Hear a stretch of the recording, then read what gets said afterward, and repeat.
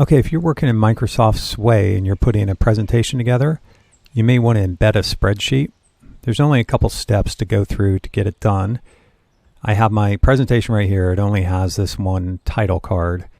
And on the other tab of my browser is this spreadsheet that I'm going to embed into the Sway. So it's going to be live. It'll update if I update the spreadsheet. Go to the plus sign to add some more content. Go to Media and choose Embed. Now this is waiting for you to paste the code into this box. So go over to your spreadsheet. This is Microsoft Excel Online.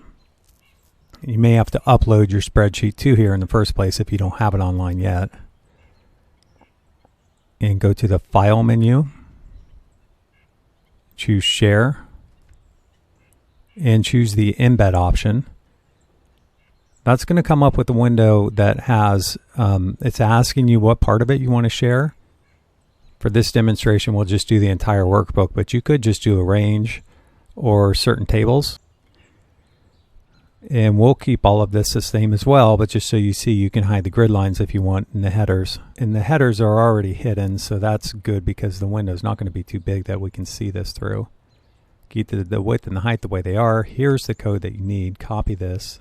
Go over to the Sway and go to this card, the embed card that's waiting for your code. Paste that code in. And after you've pasted the code in, just go out of the box somewhere and it's done. You don't see it yet. And if you press play, here's the title card. And if you scroll down, this one's set to scroll vertical, but that you can do it horizontal as well.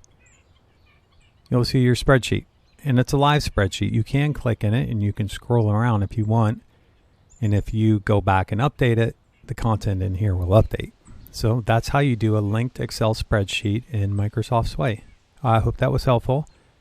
If you like that video and you want to see others like it, you just subscribe in the lower right-hand corner. Thanks.